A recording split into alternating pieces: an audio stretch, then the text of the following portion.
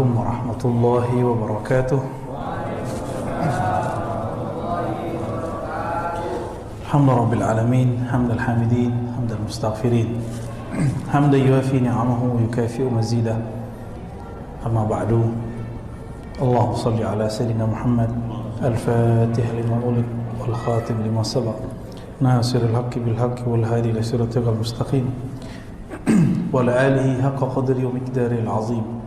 Allahumma ya ahad salli ala Ahmad, Allahumma ya ahad salli ala Muhammad, Allahumma ya ahad salli ala al-mahdi khalifatika ya Allah ya ahad. Baik Bapak Ibu jamaah, ini jamaah apa namanya nih Pak? Bukan jamaah Isya.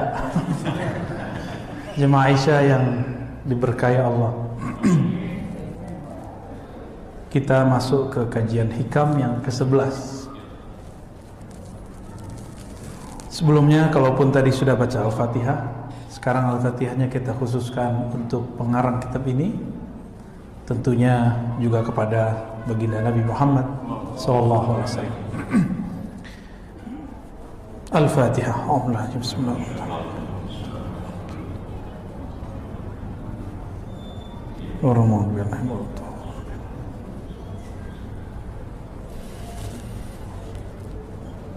Kenapa kita kirim Fatihah untuk pengarang, untuk Nabi? Pengarang itu kan manusia, dia sudah pindah alam. Dia senang kalau dikasih hadiah. Hadiah itu Al-Fatihah. Bapak ketemu teman, setiap ketemu dikasih hadiah, senang nggak? Senang. Kira-kira begitulah hadiah, ya. Tahadu tahabu.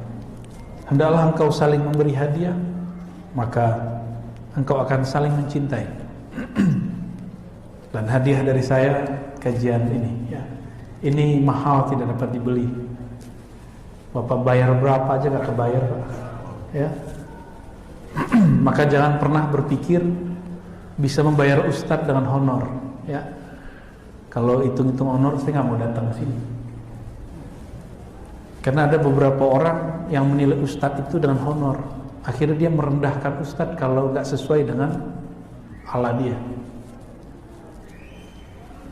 Ada satu majelis, saya telat. Karena dia ngerasa sudah bayar saya. Dia kemudian ngata-ngatain saya. Tapi khusus karena yang nunggunya antusias, saya maafkan dia. Saya tetap konsentrasi, tapi besok saya nggak mau datang lagi. Ya, ini Jakarta, ini Tangerang, ya, biasalah macet, ya. Biasa orang telat, dan seakan-akan kita yang butuh, gitu. Ya salam, ya. Jangan pernah nilai guru dengan amplop yang Bapak kasih itu, ya. Itu hina sekali itu. Ya. Maka jangan nilai orang dengan materi deh saja. Cuma karena tubuh dia masih ada materinya, dia pasti senang dikasih. Kita hargai dia. Jadi saya sedih jika itu terjadi. Ini Bapak ada yang anaknya di pesantren ya? Jangan disamain anak di pesantren mana di sekolah biasa. Bapak boleh kritis di sekolah umum, tapi jaga adab kalau di pesantren. Kenapa saya ngomong begitu? Bapak naruh anak di pesantren, itu udah gak ngurus anak loh. Yang ngurus siapa? Itu kewajiban kita loh, didik dia. Sekarang kita serahin ke dia. Maka tolong jangan sakiti hati guru di pesantren. Adapun kejadian orang yang perkosa anak kecil, itu kan bukan pesantren Pak. Kan saya udah sering cerita tentang rumah tahfiz, boarding school. Gak semuanya beneran, mereka bukan ustadz. Jadi tolong jangan sebut lagi dia pesantren. Dia bukan orang pesantren, ya. Saya orang pesantren soalnya, ya. Gak ada di pesantren kita begitu. Saya udah kunjungan kemana-mana pesantren, itu gak ada pesantren begitu. Itu kan modus memanfaatkan anak yatim piatu. Pesantren ada begitu gak? Ada tuh mantan pesantren Pak, ini pesantren semua yang nemenin saya. Nggak ada begitu. Jadi tolong Jangan sampai miring pandangan kita terhadap pesantrennya. Tapi berita akan begitu, biar laku, tulis Ustadz pesantren. Ya, seharusnya tidak ditulis sebagai Ustadz pesantren. Ya. Sebelum masuk, banyak yang pengen konfirmasi tentang Selamat Natal ya. Karena nanti tidak ada pertanyaan, sekarang aja yang saya sampaikan. Ya. Mungkin ada yang hadir sempat bingung. Bapak Ibu yang bukan Allah, jamaah yang dicintai Allah, saya ini bukan mufti, ya, saya cuma menukil fatwa bahwa dalam masalah Selamat Natal ulama kita berbeda pendapat. Karena Bapak Ibu ini kebanyakan literaturnya Indonesia, taunya cuma ulama Indonesia, dikira mayoritas Indonesia itu mayoritas dunia, gitu. Saya cuma nukil fatwa dan saya menjelaskan perbedaan masing-masing fatwa. Itu tugas saya, menjelaskan. Tugas kami mencerdaskan umat, bukan membodohi umat dengan satu jalur pemikiran.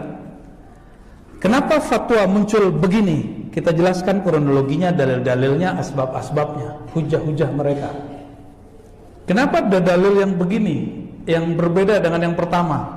Kita sebutkan, oh ini alasannya. Persoalan yang sama karena dipandang dengan cara yang berbeda, hasil fatwanya berbeda. Ini contoh kasus. Membakar tulisan yang ada la ilaha illallahnya, itu gimana Pak? Haram nggak?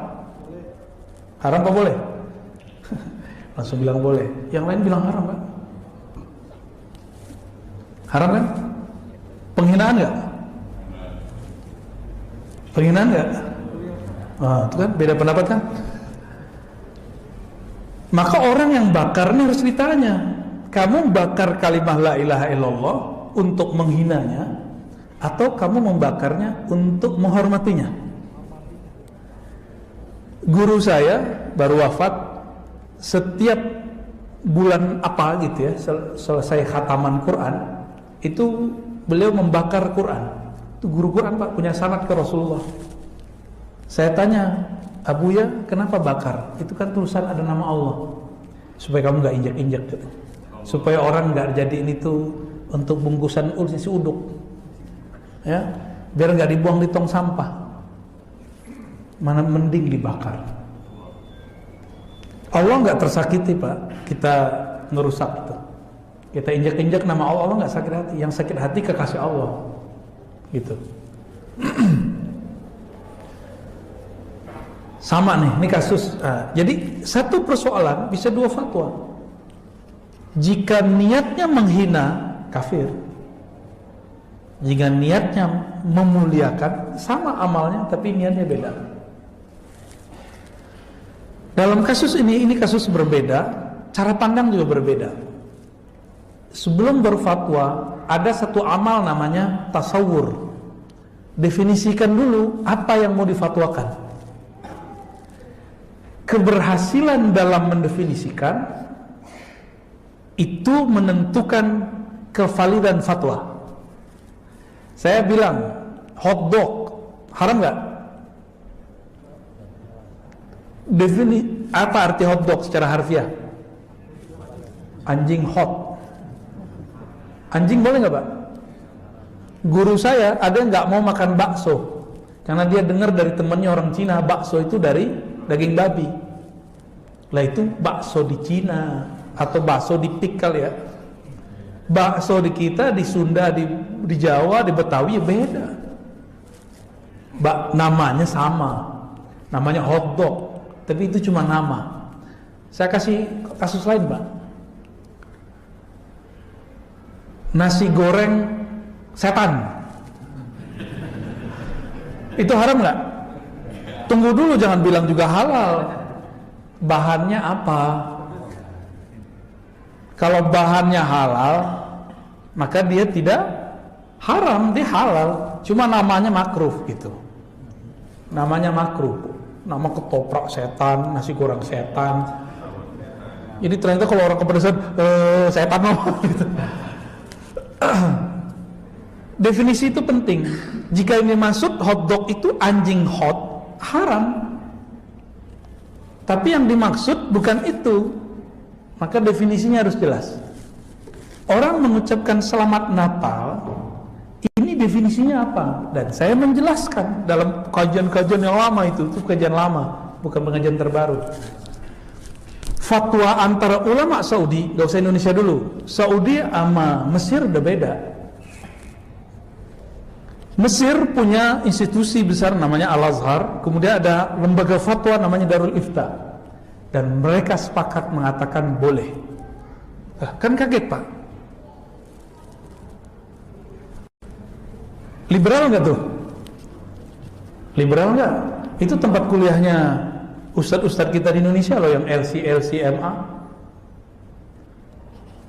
Jadi kalau ada ustadz-ustadz ini bilang yang mengucapkan selamat Natal itu boleh, liberal, sesat, itu sama aja dia menyesatkan guru-guru dia. Tunggu dulu, tanya dulu definisi ente apa.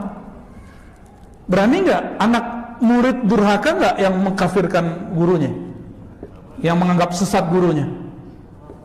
Durhaka itu, dan jangan sampai itu terjadi, nggak mungkin. Saya yakin yang LCMA yang benar-benar berguru ke ulama yang ada di Darul Iftar, di Al-Azhar, nggak akan ngomong begitu kalau dia punya adab. Nggak bakal. Paling dia cuma mengatakan kami berbeda dengan guru kami, itu boleh. Itu. Saudi punya fatwa haram selamat Natal, benar nggak? Kita jangan terkecoh oleh halal, boleh tidak boleh itu. Boleh liberal, tidak boleh lurus. Nggak begitu cara memahami fatwa. Ente pakai otak, afala taqilun. Ya, jangan pakai emosi. Paham? Kita buka fatwanya. Ternyata ada perbedaan definisi. Karena beda definisi, beda sikap, beda hasilnya.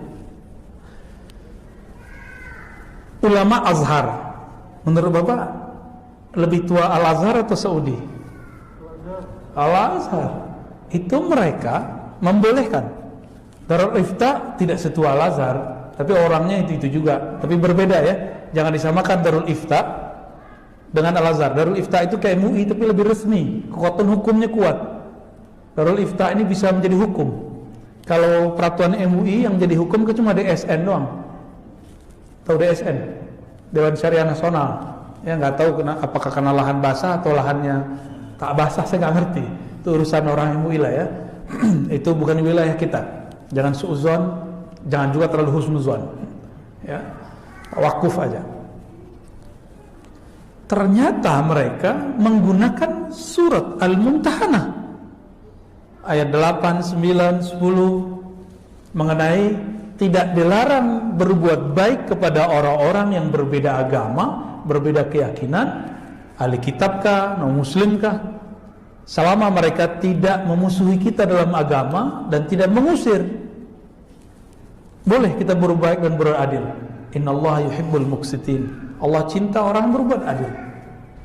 Pakai ayat ini loh Pak. Jadi orang yang membolehkan pakai ayat, yang mengharamkan pakai ayat juga. Ayat mengenai syahadatuz zur. Surah apa itu? Surah Al-Furqan ya. Ya. Lah sama-sama pakai ayat. Kita lihat tafsir Ibnu Katsir yang digunakan sebagai panduan fatwa di Saudi. Syahadatuz zur itu artinya tahiyat tahiyat al-adyan ghair muslimin misalnya, mengucapkan selamat hari raya terhadap agama-agama selain Islam. Itu terjemahannya. Berarti masuk ke tafsir bukan ayatnya. Penafsiran itu pasti benar atau bisa salah?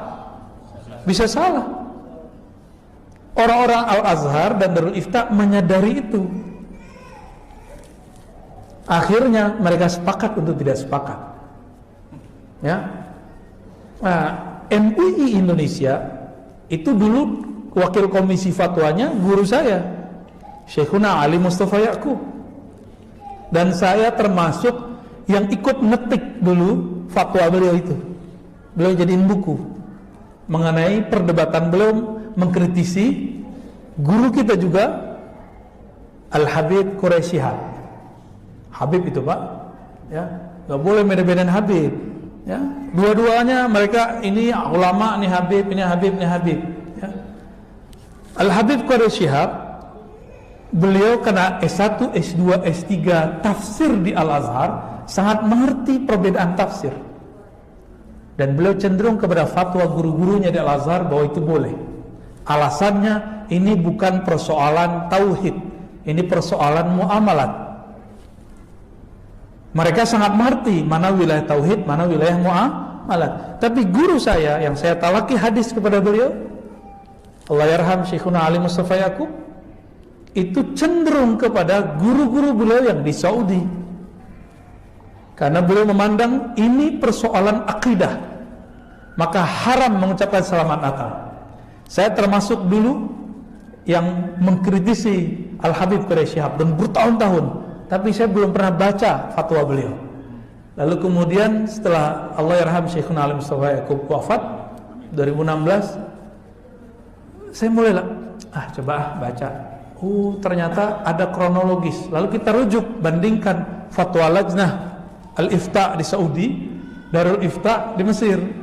Ternyata rujukan fatwa orang guru kita berdua ini beda. Mereka sama-sama merujuk kepada guru-gurunya di Timur Tengah dengan cara yang berbeda. Masalahnya umat siap nggak berbeda. Saya nggak ada urusan, Pak. Saya nggak takut dengan mayoritas, dan saya juga nggak pengen menjadi orang yang membela minoritas tanpa sebab. Saya gitu. Saya orang yang merdeka, nggak terikat dengan fatwa-fatwa. Kalau saya lihat ini rasional, hujahnya kuat, maka saya bela. Jika ini sama-sama kuat, kita jelaskan dua-duanya. Dan di penjelasan saya sebelum-sebelumnya, selamat Natal itu antara yang membolehkan tidak membolehkan, saya cuma menjelaskan dan memberikan opsi. Ini bukan masalah ulama lurus dan tidak lurus, ya. Janganlah antum ini berguru ini kok ngikutin nafsu sendiri. Beda dengan nafsu kita serang. Murid kazib namanya itu, ya. Giliran cocok, diposting-posting, dipotong-potong videonya, diambil yang menguntungkan. Giliran nggak cocok, dihardik-hardik, ya. Makanya nggak sukses-sukses ngajinya, karena berguru sesuai nafsu sendiri. Antum aja jadi kiainya, ya. Ente aja jadi muftinya. Posting aja video sendiri kan, ngapain posting-posting orang, ya kan? Tapi ya begitulah, ini zaman seperti itu. Zaman seperti itu. Saya tidak ingin umat itu cuma satu model pemikiran. Mereka harus paham perbedaan itu sebenarnya apa. Yang berbeda bukan kelas ulama lokal, Pak. Lebih banyak pengaruh ulama Al-Azhar atau Saudi? Saya mau tanya. Al-Azhar. Yang mayoritas yang mana yang mayoritas? Kita karena taunya ulama Indonesia, kita kira yang mayoritas mengharamkannya. Kita nggak tahu kalau mayoritas di luar sana, gitu. Dan ada yang mengadu-ngadu pandangan saya dengan Habib yang lain. Ya nggak usah jauh-jauh. Habib Quraish beda dengan Habib Fulan, ya. Habib beda lagi dengan Habib Fulan, beda dengan Habib Fulan. Agama ini bukan ikut-ikutan Habib. Agama ini agama dalil, agama hujjah. Paham nggak berdalil gitu. Nah kalau sudah paham ini, kita kemudian memberikan opsi. Kalau bapak bukan seorang pejabat, bukan seorang direktur, bukan seorang pimpinan institusi, maka fatwa MUI atau fatwa Saudi sepertinya lebih relevan. Tapi kalau bapak ini seorang pemimpin, menteri, presiden, maka fatwa Darul Ifta, fatwa Al-Azhar silakan dipelajari. Nanti putuskan sendiri, ya. Loh kenapa longgar, kok nggak tegas? Loh, ulamanya berbeda, kenapa ente memaksa pandangan ente terhadap ulama? Ulama lebih alim dari kita, jangan paksa ulama ngikutin pandangan kita. Kecuali ente lebih alim dari ulama itu, ya. Inilah serba-serbi fatwa. Jadi tolong bedakan, fatwa bukanlah Quran, bukanlah sunnah. Fatwa itu produk ulama. Ulama tidaklah maksum. Ulama bisa salah, bisa benar. Ya, penjelasan saya bisa salah, bisa benar. Tapi kira-kira gitu kronologisnya. Ya. Jadi dulu saya kiblatnya adalah fatwa Saudi. Sekarang tidak terikat dengan dua fatwa itu. Yang fatwa Saudi itu yang masuk ke MUI. Gitu. Sedangkan fatwa yang Darul Ifta dan Mesir kurang dipertimbangkan di situ. Barangkali ulama kita di MUI punya pertimbangan lain, wallahu a'lam bishawab. Tapi seharusnya juga menjelaskan perbedaan ini. Ya. Harus dijelaskan, cerdaskan umat, kan majelis ulama. Ya. Nah, ulama kan orang alim, orang pinter, bukan orang majelis juhala kan, bukan majelis orang jahil, kan ulama. Kalau ulama ya seharusnya memintarkan umat. Sepakat gak? Ya. Gak, antum gak sepakat juga, aneh begini aja. Baik. Kan habis 2 tanggal 25. Iya. Enggak, nih tahun depan begitu lagi. Tahun depan begitu lagi. Kan videonya video lama yang diputer-puter. Ya.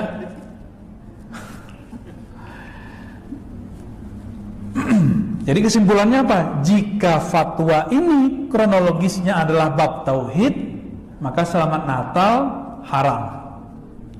Jika kronologisnya, background pemikirannya adalah bab muamalat, tidak bersinggungan dengan bab tauhid, selamat Natal itu tidak haram, karena inilah pandangan ulama Darul Ifta dan Al-Azhar. Saya boleh menantang, ya. Jadi kan ada yang mempersoalkan ini. Lah guru ente di Al-Azhar, guru ente di Darul Ifta bilang boleh. Terus ente merasa yang mengatakan boleh itu liberal, yang mengatakan boleh itu sesat. Su'ul adab ente sama guru. Ya. Jelaskan dulu, jika selamat Natalnya berdasarkan tauhid, maka orang ini bermasalah akidahnya. Berarti sama dengan mengatakan selamat Isa anak Tuhan. Gitu. Bahaya kan? Itu bahayanya. Mulai paham ya? Semoga tidak tambah bingung, tapi tambah cerdas. Orang cerdas itu yang paling mengerti perbedaan. Orang jahil itu yang maunya benar sendiri. Slogannya pokoknya, kalau udah begitu udah fa'arid anil jahilin, berpalinglah dari orang yang jahil. Saya husnuzan yang hadir mengerti apa yang saya sampaikan, ya.